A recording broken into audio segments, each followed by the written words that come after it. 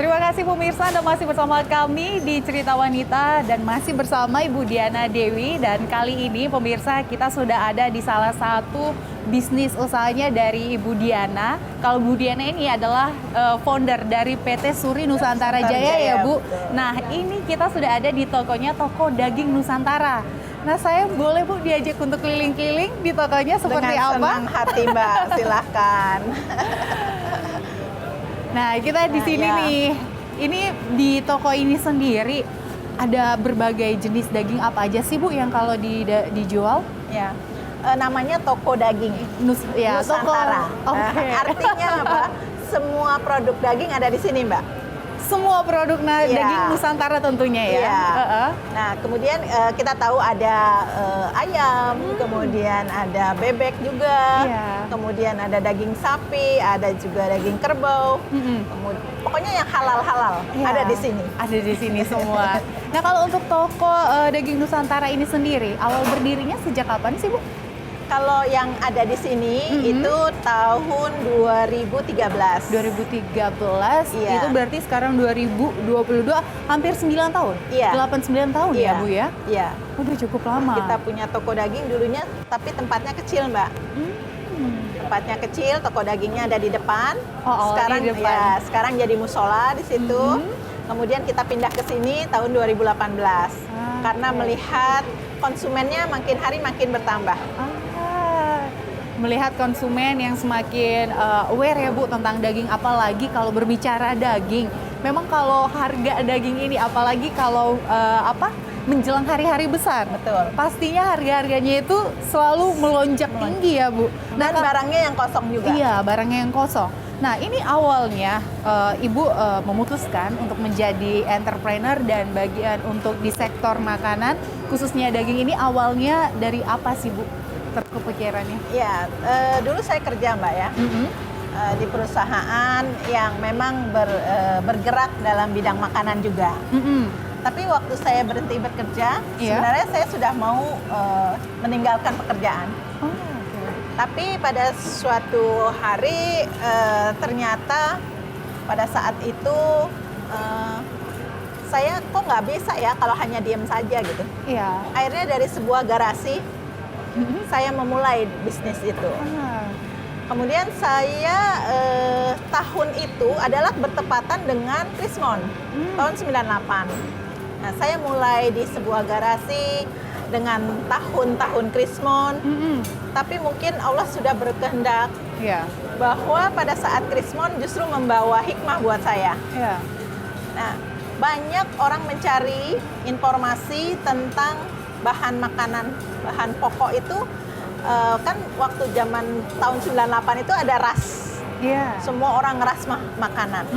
Nah, pada saat itu mereka bertanya untuk produk khususnya adalah produk daging sapi.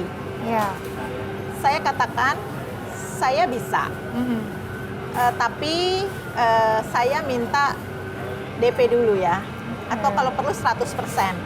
Kemudian juga produk-produk itu kan memang nggak ada. Tapi pada saat saya berhenti kerja, saya sempat ditawari bekerja di perusahaan-perusahaan sejenis. Nah, kemudian saya sampaikan bahwa saya tidak ingin bekerja lagi.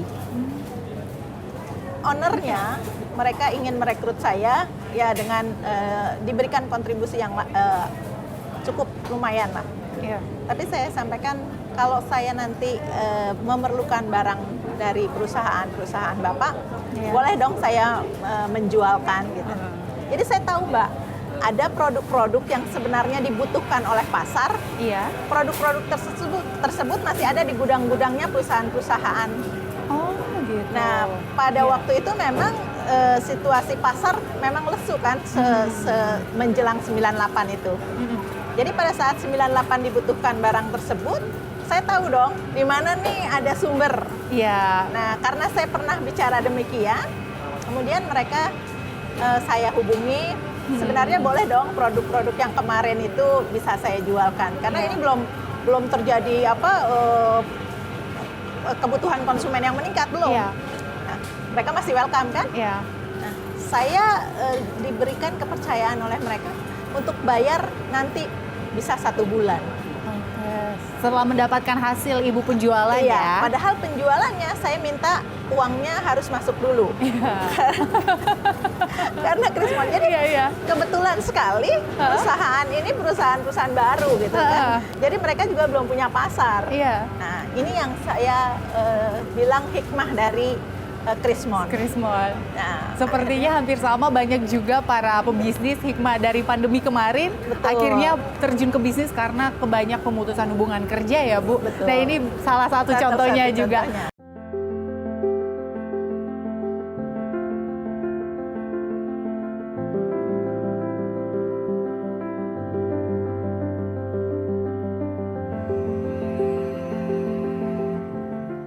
Ibu juga adalah salah satu komisaris independen PT Angkasa Pura Support. Betul. Nah ini gimana nih Bu? Wah menjabat banyak sekali. Ketua Kadin iya, founder dari PT Suri Nusantara iya, ini juga komisaris independen PT Angkasa. Ini terpilih secara aklamasi atau seperti apa Bu? Ya, karena saya mungkin karena ketua Kadin, jadi diminta oleh Pak Menteri BUMN salah satunya usulan dari Kadin agar ada komisaris yang independen. Makanya diusulkan adalah ketuanya dan ternyata disetujui oleh beliau. Ini memegang banyak jabatan, ini bagaimana Bu? Untuk mengatur waktunya sendiri. Seorang ibu rumah tangga juga, seorang istri menjabat dengan berbagai pekerjaan dan sektor juga. Ini manajemen waktunya tentu harus sangat detail, sangat luar biasa. Boleh ceritakan Bu Diana? Ya, Kita sambil jalan. Ya. seperti yang disampaikan Mbak tadi bahwa manajemen waktu. Iya. Jadi memang kuncinya ada di manajemen waktu. Dan pastinya saya akan memanage waktu sedemikian rupa dan yang paling penting saya lakukan adalah sebelumnya adalah planning saya. Di mana saya harus melihat skala prioritas. Iya. Kalau memang skala prioritasnya yang sudah masuk bahwa itu adalah yang nomor 1, pasti akan saya nomor satukan dan seterusnya. Iya.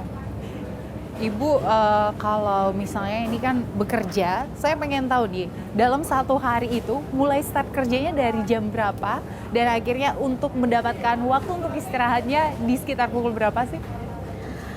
Kalau memulai bekerja, itu saya dari selesai sholat subuh, Mbak. Soal subuh udah mulai itu Bu? Sudah mulai kerja. Jadi saya harus pagi-pagi itu harus olahraga paling tidak. Oke. Harus menyelesaikan pekerjaan yang memang harus saya kerjakan hari ini. Kemudian yang ketiga saya juga harus nyusun menu kan untuk keluarga kan. Iya. Yang pertama setelah sholat subuh pasti saya kerjakan pekerjaan dari kantor plus dari Kadin. Wah, itu masih pagi loh itu. Masih pagi, masih enak ya. Masih enak ya. Ya, kalau Kadin itu biasanya banyak lebih ke disposisi. Karena sistem di Kadin juga sudah bagus. Iya. Saya hanya mendispo, kemudian hal yang mana yang penting saya pelajari memang saya tunda. Saya pelajari dulu sampai nanti untuk siang. Kemudian kalau untuk pekerjaan usaha saya, itu memang ada report-report yang memang saya juga harus kasih decision lah, tapi lebih kepada kontrol saja, yang lebih banyak ke kontrol. Jadi saya baca reportnya, saya kontrol, selesai, sudah. Nanti setelah itu saya berangkat olahraga dan urus menu di rumah, kemudian cek kebersihan di rumah. Setelah itu saya ke kantor. Sampai di kantor itu pasti sudah bercampur tuh Mbak, urusan kantor, urusan organisasi, dan urusan saya selaku komisaris independen. Itu yang terjadi. Kemudian saya kalau pada hari itu tidak kemana-mana, saya pastikan saya pulang kantor jam 4. Pulang kantor jam 4, sampai di rumah, bersih-bersih dan sebagainya, ngecek-ngecek rumah, selesai sholat maghrib, langsung ke Isya. Nanti setelah Isya tidak terlalu lama, saya harus tidur maksimal pukul 10 malam. Biar sehat terus, Mbak. Iya, harus tetap dong. Karena kita memegang jabatan dan memegang wewenang seperti itu harus mempunyai badan yang fit tentunya. supaya pikiran juga jernih untuk betul. mengambil decision ya Ibu. Ibu memegang banyak jabatan seperti ini. Ini pasti kalau saya katakan memegang jabatan seperti itu pasti harus ada kepercayaan. Orang lain yang mempercayakan itu melihat ada kemampuan dari Ibu. Nah ini tipsnya akhirnya dipercaya memegang sejumlah jabatan tersebut apa sih Bu? Ya, komitmen mungkin ya Mbak. Saya Ya. paling memegang komitmen. Jadi apapun yang sudah saya decision, saya pertanggungjawabkan.